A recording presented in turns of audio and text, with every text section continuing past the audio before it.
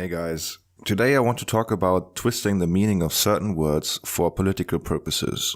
If you haven't guessed from previous videos, the prevailing method from these alt-right figures is deceit. And it's no different with today's topic, which is a certain word. A word that the alt-right or other far-right figures just love to use. Revisionism. Holocaust revisionists. Which revisionists like myself do. Holocaust revisionist organization. Revisionist. Holocaust revisionists. Now, what does revisionism mean, and why would the alt-right have an interest in using it? It sounds very scientific and gives the person using it the look of someone who knows what they're talking about. The context you hear this word in, at least from the far right, is usually the Holocaust, as in Holocaust revisionism. Now, is Holocaust revisionism necessarily a bad thing? Quite the contrary, actually. But let's look at the definition first. According to the Cambridge Dictionary, revisionism is asking questions about and trying to change existing beliefs about how events happened or what their importance or meaning is. The revisionism that the dictionary is talking about is an approach to historical research, and all legitimate historians engage in revisionism in some way. You see, historians are not just the record keepers of history whose job is to write down whatever happened at a certain period in time. Their job is also to interpret the past and to help us gain a better understanding of the present. In that sense, revisionism is the most exciting part of history. The goal is to challenge orthodox interpretations by examining new and already existing evidence to reach a historical conciseness closer to the truth. Revisionist historians ask new questions and seek to reach new conclusions. This is an insanely important tool for society to properly understand its history. Similar to when a chemist reruns a previous experiment to affirm its validity. When revisionism is done correctly, it can help us see the past in a different light. An example of this would be the popular cliché that the World War II buffs of you will be very familiar with, namely that Nazi Germany only lost against the Soviet Union because the Soviets had a seemingly endless supply of disposable soldiers. Of course, the German tactics and equipment was way superior than what the Soviets could deliver, but what can you do when you are hopelessly outnumbered? This was the prevailing narrative for quite some time after World War II and stemmed from the fact that Western historians heavily relied on the accounts of German generals when learning about the war in the East. It took some time for this to be overturned, and historians got access to material that showed that some of the best generals in World War II came from the Soviet Union. So as you can see, not accepting the past as it is already written can be very beneficial. To gain new insight in a historical field, a historian has to engage with the work of previous historians, and either build on that or discard it and explain his reasoning for that or what he believes to be correct. Now, what has this to do with the alt-right? Well, they know that revisionism is a genuine historical practice, so they try to hijack the term to make their version of history seem just as legitimate as what real historians offer. What drives the natives through their usage of the word, though, is that all revisionism is based on certain undisputable facts, and this might become clearer when I give you an example. I think it's safe to say that a big motivator for the appeasement policy towards Hitler prior to World War II was the carnage caused by World War I. France and Britain were still recovering from the previous conflict that churned up millions of their citizens and a large part of their wealth. This, among other factors, is why they were so lenient towards Hitler instead of turning down his demands and threatening him with force. Now, what revisionism in this context might look like is if a historian would go back to examine the evidence for this claim and together with some new evidence come to the conclusion that the reason for Britain's and France's tame attitude is a different one. For instance, that they felt bad for the measures imposed on Germany after World War I and wanted to make up for that. Then this claim would be reviewed by other historians and so on until a new conclusion is reached or the previous one is affirmed.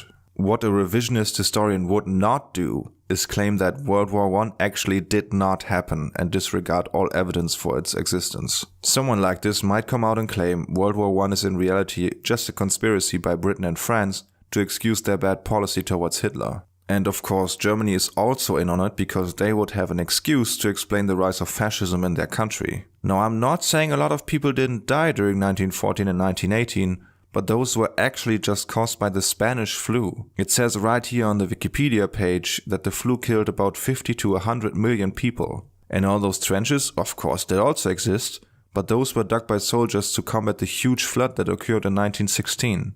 In this picture you can see how civilians and soldiers set up sandbags against the flood, and if you pay close attention to how their surrounding looks, it seems very similar to what those conspirators claim the, air quotes, battlefields of World War I look like. But in reality, of course, this damage was all caused by water.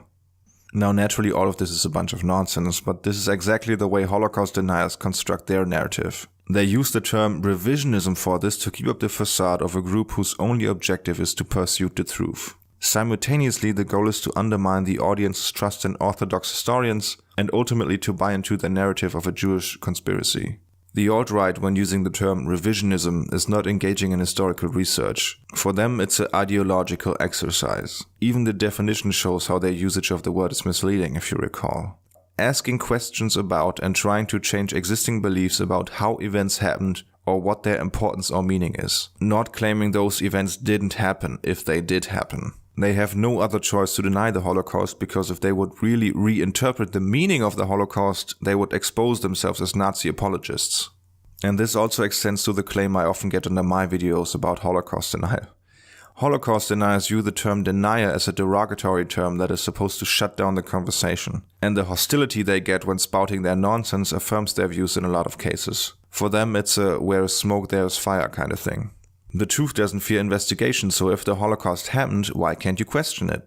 Well, you absolutely can. You can have all kinds of different opinions on the Holocaust. For instance, under Holocaust scholars, there's still a big debate going on between intentionalists who believe the Nazis intended to murder all Jews in their field of influence right from the start, and functionalists who believe there wasn't a real blueprint for the Holocaust, but the Nazis did it because they maneuvered themselves into a blind alley. And neither of these two groups is penalized for their views, because they don't act like irrational ideologues who deny every shred of evidence that goes against their narrative. That is why I never use the term revisionist when talking about people who are clearly deniers, in the sense that they deny historical reality agreed upon by research. If you deny X, you shouldn't be surprised if the people surrounding you call you an X denier. Even the most famous denier of them all, David Irving, said, "I'm a gas chamber denier. I'm a denier that they killed hundreds of thousands of people in gas chambers, yes." To stay in our previous analogy, this would be similar to a person claiming there was no artillery in World War I or something like that.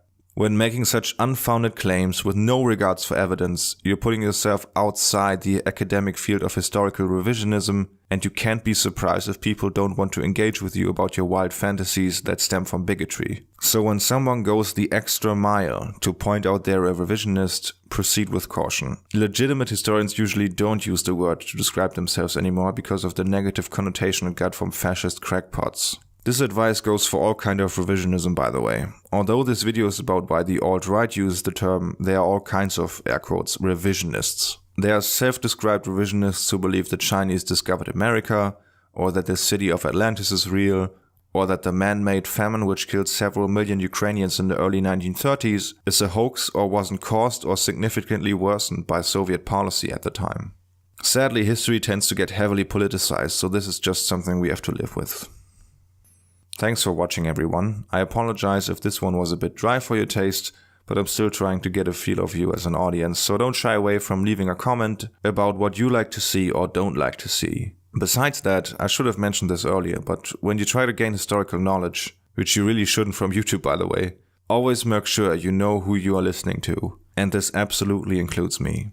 I'm currently reading a book in which the historian, when citing other people, always explains how they align politically. Watch out for this sort of stuff. Besides that, although my focus in regards to Holocaust denial currently lies on the alt-right, this stuff is also found in other extremist circles.